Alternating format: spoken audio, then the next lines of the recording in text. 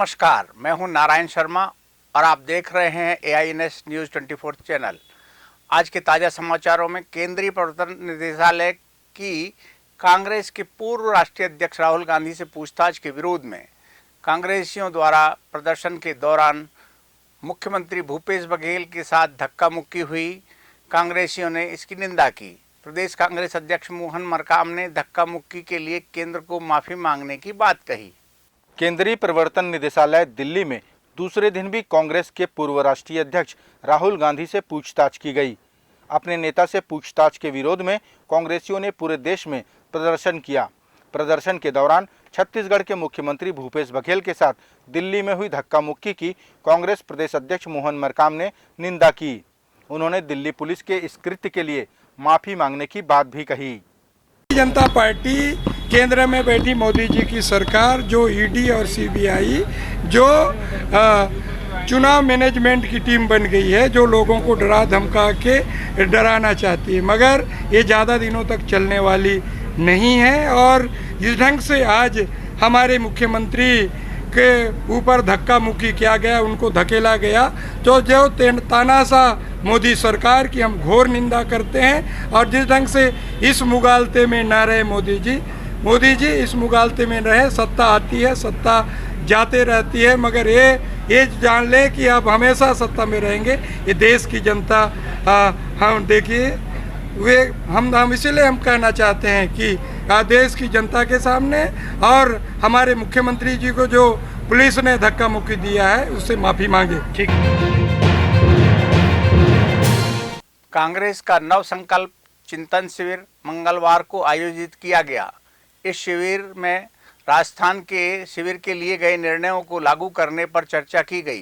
कांग्रेस के इस चिंतन शिविर को लेकर पूर्व मुख्यमंत्री डॉक्टर रमन सिंह ने कहा, कांग्रेस का यह चिंतन शिविर बेमतलब का है, उन्हें तो अपने घोषणा पत्र पर चिंतन करना चाहिए। कांग्रेस ने मंगलवार को अपना नव संकल्प चिंतन शिविर आयोजित किया। राजधानी रायपुर के राजीव भवन में आयोजित इस शिविर में राजस्थान के चिंतन शिविर में लिए गए निर्णयों पर चर्चा की गई। इस नव संकल्प शिविर में प्रदेश के वरिष्ठ नेता भी शामिल हुए। चिंतन शिविर से जो सार निकला था उसको प्रदेश में स्तर पे चर्चा करने के उपरांत जिलों में हम कैसे लागू करें उसके लिए विस्तार से चर्चा हो रही है। जो एक समय सीमा दी गई है, जितने भी नियुक्तियां हैं, जितने भी पदयात्राएं हैं और जितने भी जो बातें हैं, उन बातों को हम यहाँ रायपुर शहर में हम कैसे लागू करें उसका आज आयोजित की गई है। और उस पर विस्तार से हमारे वरिष्ठ नेताओं का भी मार्गदर्शन मिल रहा है और हमारे कई नेताओं ने अपने सुझाव भी दिए। उन सुझावों को भी हम छत्तीसगढ़ के साथ साथ अपने जिलों में लागू करें। कांग्रेस के नव संकल्प शिविर को लेकर पूर्व मुख्यमंत्री डॉक्टर रमन सिंह ने कहा कि ऐसे चिंतन शिविर का कोई मतलब नहीं।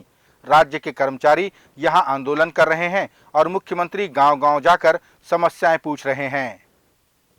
नव संकल्प शिविर का दिखावा करने की अपेक्षा जो लोग भूपेश बघेल गांव-गांव में घूमकर समस्या पूछते हैं और समस्या वाले रायपुर में आके आंदोलन करते हैं, उन पे लाठी चलवाते हैं। एक तो आप समस्या ढूंढने निकलते हो, दंतेवाड़ा बीजापुर जाते हो, आप सरगुजा जाते हो, और यहाँ बेचारे सब आंदोलन कर रहे हैं। आंगनबाड़ी से लेकर मितानिन से लेकर जितने भी दैनिक वेतन भोगी कर्मचारी सब यहाँ बैठे आंदोलन कर रहे हैं। मनरेगा के कर्मचारी काम कर रहे हैं। आंदोलन रायपुर में हो रहा है और भूपेश बघेल समस्या ढूंढने जिले जिले में जा रहे हैं और शिविर लगा रहे हैं। उसका कोई मतलब नहीं है। जो मूल समस्या है, जो जन घोषणा पत्र है, उसका क्रियान्वयन होना चाहिए। आज कबीर जयंती है। कबीर जयंती के शुभ अवसर पर राजधानी में शोभा यात्रा निकाली गई। इस शोभा यात्रा में प्रदेश भर के कबीरपंथियों ने हिस्सा लिया। सभी ने कबीर चौक में पहुंचकर पूजा अर्चना की और कबीर साहब के बताए मार्गों पर चलने का संकल्प लिया। कबीर जयंती के अवसर पर राजधानी में शोभा यात्रा निकाली गई।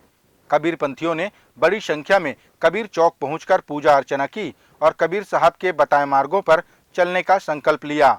इस शोभा यात्रा ने राजधानी के विभिन्न मार्गों का भ्रमण किया। जयंती समारोह में प्रदेश भर से आए कबीर पंथ के अनुयायियों ने शिरकत की।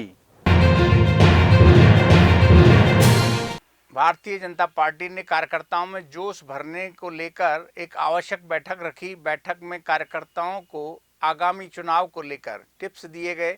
इस बैठक में प्रदेश भर के भाजपा कार्यकर्ता शामिल हुए।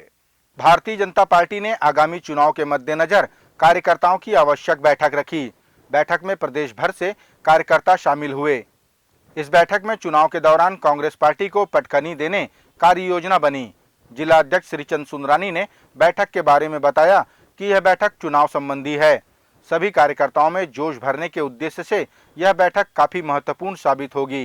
देखिए, ये प्रशिक्षण हमारा केंद्र से लेकर मंडल स्तर पे होता है, विधानसभा स्तर पे होता है। पिछले दिनों सभी विधानसभाओं में प्रशिक्षण वर्ग हुआ। अब ये जिले में हो रहा है। इसमें 15 विषयों पे हम लोग प्रशिक्षण लेंगे। संगठन का विस्तार, संगठन को मजबूत करना, संगठन में कैसे दायित्वों का निर्वहन करना, सरकार क्योंकि यहाँ पे 2023 का चुनाव है, 2023 के चुनाव में हमको कैसी अपनी भूमिका होनी चाहिए, कार्यकर्ताओं को कैसे सत्ता को हासिल करने के लिए किस प्रकार के काम को आगे बढ़ाना है, वो प्रशिक्षण दिया जाएगा।